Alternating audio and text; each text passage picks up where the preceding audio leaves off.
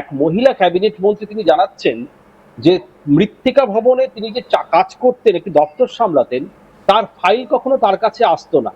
তার ফাইল সরাসরি ক্যামাক স্ট্রিটে যেত, সেখান থেকে সই করে বিভিন্ন দপ্তরের, মানে যে দপ্তরের জন্য পাঠানো হচ্ছে সেখানে চলে যেত। সংশ্লিষ্ট দপ্তরের মন্ত্রীর কোনো সই করার সুযোগ পর্যন্ত ছিল না, কারণ এটা সম্পূর্ণটাই নিয়ন্ত্রিত হতো ক্যামাক স্ট্রিট থেকে। এবং শেষের দিকে এমনটা হয়েছিল, মমতা বন্দ্যোপাধ্যায় মুখ্যমন্ত্রী খাতায় কলমে, কিন্তু কার্যত কলমে একটা সরকার চালাতেন অভিষেক ব্যানার্জি বা ক্যামাক স্ট্রিট থেকে চলতো প্যারালালি। আমি অবশ্যই আসবো, একদম একদম। আমরা এই প্রসঙ্গটা নিয়ে যখন আলোচনা করছি, কুণাল ঘোষের একটা বক্তব্য রয়েছে ভীষণ ইম্পর্টেন্ট এই প্রসঙ্গে, আসলে একবার একটু শোনাই আপনাদের। আমি একদম পরিষ্কার কথা বলছি, সুমিত রায়ের বিষয়ে আমি কোনো মন্তব্য করব না। এসব বিরাট উপদিক্কার ব্যাপার। হ্যাঁ, কার্যত তিনি মানে বস, তিনি তার ফ্যান ক্লাব হয়ে গেল।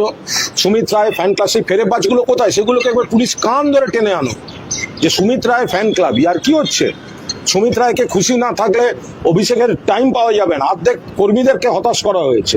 এইসব সুমিত রায় জাতীয় লোকজন, এরা গোটা পার্টিটার 12টা বাজিয়ে দিয়েছে।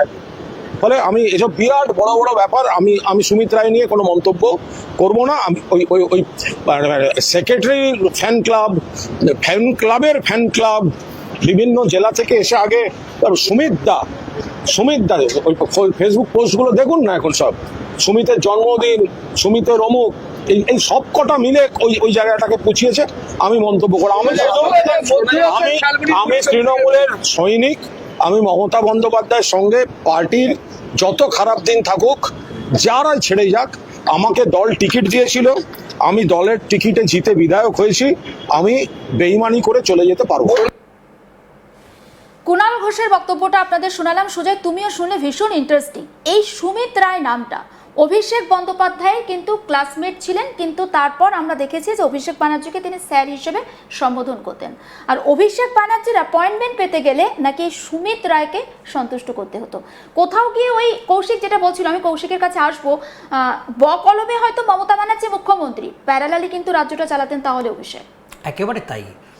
দেখো, ইতিমধ্যেই সুমিত রায় সম্পর্কে বিশেষ করে মানে এই মুহূর্তে শাসক দলের এই যে সুকান্ত মজুমদার, বিজেপির প্রাক্তন রাজ্য সভাপতি এবং কেন্দ্রীয় মন্ত্রী, তিনি ইতিমধ্যেই বলেছেন যে গোটা রাজ্যের পুলিশ পোস্টিং কোথায় হবে, কোন ওসি কোন থানায় যাবে, সেই টোটাল ডিসিশন সুমিত রায় নিতেন, কোট আনকোট। আমরা বলছি না, বিজেপির প্রাক্তন রাজ্য সভাপতি সুকান্ত মজুমদার এই মন্তব্য করছেন। এবং কুণাল ঘোষ তিনি যে মন্তব্য, তুমি যে বক্তব্য শোনালেন, এটা তো সত্যি। এবং কৌশিকদা যে বললেন যে একজন প্রাক্তন রাজ্যের একজন মন্ত্রী, তিনি মানে তিনি আমার সঙ্গে তার একদিন বিধানসভায় দেখা হয়েছিলেন, রিসেন্টলি তার সঙ্গে দেখা হয়েছিল, তিনি এই মুহূর্তে বিরোধী শিবিরে। তিনি বলছেন যে বিধানসভা নির্বাচনের আগে 35 বার অভিষেক ব্যানার্জিকে ফোন করেছিলেন, তিনি একবারও ফোন ধরেননি। এবং এটা তো সত্যি পুরো ডিসিশান। মানে একটা সময় তৎকালীন বাম সরকারের আমলে একটা অভিযোগ ছিল যে সমস্ত কিছু ডিসিশন আলিমুদ্দিন স্ট্রিট থেকে নেওয়া হতো, তুমি নিশ্চয়ই শুনেছ।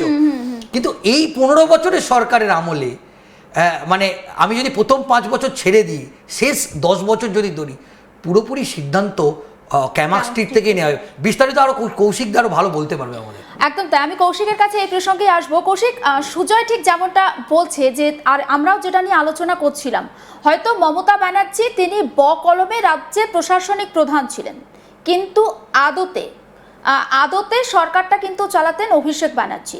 এবং এই সুমিত রায়, তাকে নাকি ক্যাপ্টেন হিসেবে সম্বোধন করা হতো। বিজেপির যারা, মাফ করবে, তৃণমূল কংগ্রেসের যারা কোট আনকোট নেতারা ছিলেন, তারা নাকি সুমিত রায়কে ক্যাপ্টেন হিসেবে সম্বোধন করতেন। কৌশিক, দেখো, 2011 সালে যিনি জিতেছিলেন, তারপরে তাকে মন্ত্রিত্ব দেওয়া হয়, সেই প্রাক্তন মন্ত্রী জানাচ্ছেন যে তার কাছে বর্তমান মুখ্যমন্ত্রীর নাম্বার রয়েছে, কিন্তু তৎকালীন মুখ্যমন্ত্রীর নাম্বার ছিল না, কারণ সেই নাম্বার দেওয়া হতো না, ক্যাবিনেট মিনিস্টারদের নাম্বার দেওয়া হতো না। এবং আমার দৃঢ় বিশ্বাস, আজকের এই আমাদের লাইভ সম্প্রচার হয়তো সুমিত কোথা থেকে দেখছেন, সুমিত আমার বিশেষ পরিচিত বন্ধু স্থানীয়, কিন্তু আজকে দলেরই ভরাডুবির জন্য কিন্তু সুমিত চূড়ান্তভাবে দায়ী। তারও আজকে বিপর্যয় নেমে এসছে ব্যক্তিগত জীবনে, এর জন্য কিন্তু সে দায়ী। কারণ অভিষেকের সঙ্গে মানে তৎকালীন মুখ্যমন্ত্রী মমতা বন্দ্যোপাধ্যায় ছেড়ে দাও, অভিষেকের সঙ্গে দেখা করতে গেলে বা কখনো সংবাদ মাধ্যমের অভিষেকের সঙ্গে কথা বলতে গেলে অভিষেকের ফোনটা থেকে হোয়াটসঅ্যাপ আসতো, নিচে লেখা থাকতো সুমিত, মানে সরাসরি অভিষেকের সঙ্গে কথা বলতে দেওয়া হতো না, মন্ত্রীদের কথা বলতে দেওয়া হতো না। 2-3 জন কতিপয় ব্যক্তি ছিলেন যারা অভিষেকের সঙ্গে সরাসরি কথা বলতেন, কিন্তু শেষের দিকে তাদেরকেও আটকে দেওয়া হয়েছিল। যেমন নৈহাটির মানে ব্যারাকপুরের সাংসদ, বর্তমান সাংসদ পার্থ ভৌমিক, তিনি অভিষেকের শিবিরের লোক বলে পরিচিত এবং অভিষেকের সঙ্গে তার সখ্য ছিল। সে প্রথম অভিষেকের সঙ্গে সরাসরি কথা বললেও দেখা গেল 2024 সালের লোকসভা নির্বাচনের কিছু আগে থেকে ক্যামাক স্ট্রিটে গেলে পরে তাকেও অভিষেকের ঘরের বাইরে বসে থাকতে হতো, কারণ সুমিত যতক্ষণ না গ্রিন সিগন্যাল দিচ্ছে ততক্ষণ যেতে পারবে না। এবং বেশ কিছু ক্যাবিনেট মন্ত্রী তারা সুমিতকে টপকে যেতে চাইতেন না অভিষেকের কাছে, কারণ সত্যি তাদের মান সম্মানের একটা ব্যাপার রয়েছে, যেটা বাচ্চা ছেলে তার সাথে কথা বলবে, দলের প্রতিষ্ঠাতা যারা তারা সেখানে যেতে হচ্ছে একজন ভায়া সেক্রেটারির মারফত, যেটা কুণাল দা বললো কিছুক্ষণ আগে, যে এই যে সুমিত রায় ফ্যান ক্লাব, সুমিতের জন্মদিন, কে সুমিত? অভিষেক বন্দ্যোপাধ্যায়, তিনি একজন সাংসদ, কিন্তু এই সুমিতকে নিয়ে যে একটা বলয় তৈরি হয়েছিল এবং অসাধু একটি বলয়, তারা কোন রকম ভাবে রাজ্যের মন্ত্রীদের সরাসরি অভিষেকের সঙ্গে দেখা করতে দিত না, বা মমতা বন্দ্যোপাধ্যায়কে যেতে গেলে পরে আইপ্যাকের মানে ঘেরাটোপ টপকে যেতে হতো। এই যে দুজনের দুটি ঘেরাটোপ ছিল, অভিষেকের ছিল সুমিত, মমতা বন্দ্যোপাধ্যায় ছিল আইপ্যাক, এই বিষয়গুলো কিন্তু খুব ভালোভাবে নেয়নি তৎকালীন যারা মন্ত্রী ছিল বা সাংসদ ছিল বা এখনো তারা সাংসদ রয়েছে, তারা কিন্তু এই কারণেই বিদ্রোহী শিবিরে যাচ্ছে। কাকলি ঘোষ দস্তিদার বা সুদীপ বন্দ্যোপাধ্যায়, যার কথাই বলা হোক না কেন, প্রত্যেকের সাথে ব্যক্তিগত স্তরে কথা বলে আমি জানতে পেরেছি তাদের প্রত্যেকের কিন্তু অভিষেকের রুচিতে ভীষণ অরুচি। তারা কিন্তু অভিষেক সম্পর্কে কোন রকম মানে সেন্টিমেন্ট তো দূরের কথা, অভিষেক যে আজকে একটা দলকে পথে বসালো তার জন্য অভিষেককেই দায়ী করছে। হতে পারে ম্যানেজমেন্টের লোক বা নতুন তৃণমূল তৈরি করতে চেয়েছিল, কর্পোরেট তৃণমূল, সেটা করতে গিয়ে কিন্তু 12টা বাজিয়ে দিল। এই সুদীপ বন্দ্যোপাধ্যায়কেই তো প্রবীণ তৃণমূল বলে অভিষেক বন্দ্যোপাধ্যায় টিকিট দিতে চায়নি। একদম তাই। এবং সেখানে দেখো আজকে যেটা সুজয় বলছিল খুব প্রাসঙ্গিক, এই সুদীপ বন্দ্যোপাধ্যায়ের জন্য তাপস রায় তৃণমূল ছাড়া হলো, যদিও সেখানে অভিষেকের একটা ভূমিকা ছিল।